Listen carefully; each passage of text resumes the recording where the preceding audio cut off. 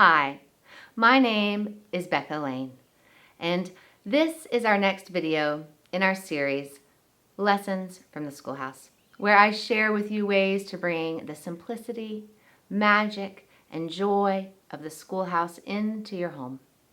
And in today's video, I'm going to be talking about circle time. Circle time at its most basic sense. I'm going to share with you exactly what a circle time is, paint a picture of what it looks like, and then share why we do circle times. What are the intentions and the benefits of this part of our day?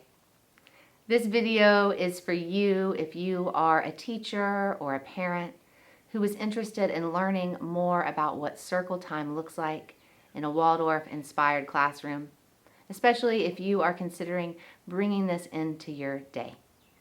You will walk away from this video with a better understanding of why we have circle time, and you'll know whether or not it's something you want to add to your day, whether it's your school or program or home. So let's dive in. What is circle time? Now I'm talking specifically about a circle time that you would find in a Waldorf-inspired classroom. These are not circle times where we sit down and talk about the calendar or tell stories. In these circle times, they look a little different. So let me paint a picture for you of what that looks like.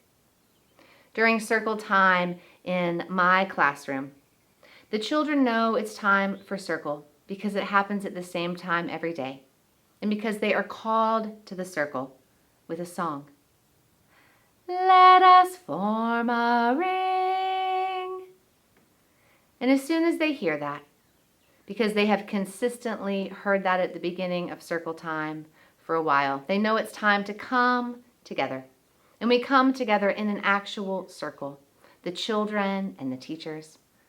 And the teacher leads circle time, and the children follow. And circle time is more like a story, full of movement and song and poems. So we come together when a certain verse is sung, and then we have the same opening poem we say every circle time to start us. And we have a different poem we say at the end of circle time to close our circle. And those two are always the same. So the children are there standing with the teacher, and they start to sing songs, and as they sing, they may move their bodies, hopping or jumping around the circle. They may do big motions, or they may do smaller, quieter motions. They may stop all together and recite poetry. Story time happens the same way every day, but the songs that are included change. I hope this gives you an idea of what it looks like when children come together for circle time. After the closing verse of circle in my program, we would leave and go inside and wash our hands and prep our meal together.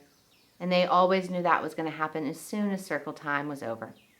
It was an important part of our day. But why is it that we do this? The father of Waldorf education, Rudolf Steiner, he actually didn't have anything to say about circle time. This was not something he created. He did talk about the importance of ring games, as he called them.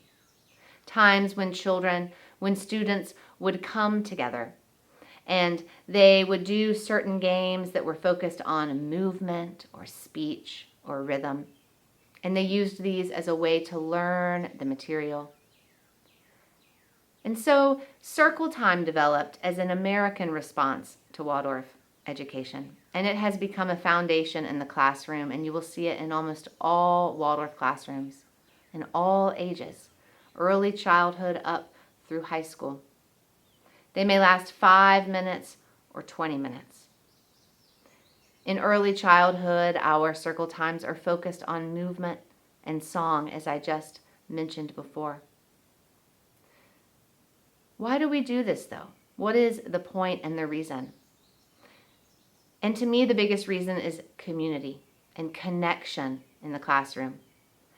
When we start our day with this time to sing together and move together as one group, it really does connect us.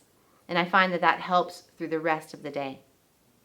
Whether you're in a classroom or a program or at home, it's a lovely way to connect a group, to begin your day together with some intention.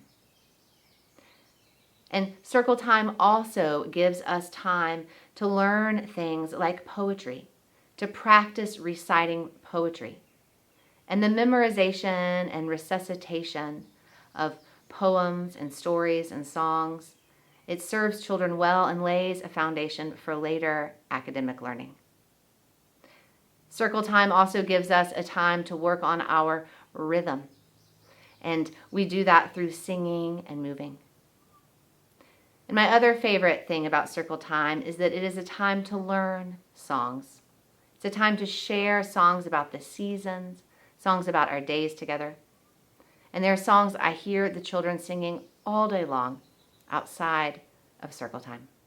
Circle time also gives us a time for intentional movement. And we know that moving our bodies in certain ways, from the larger, gross body movements to the smaller, fine motor movements, that those things help to create connections in our brain and our children's brain that also lay the foundation for academic work. So there you have it, a little glimpse into what a circle time looks like, why it is that we have these in our classroom, and some of the benefits for the children.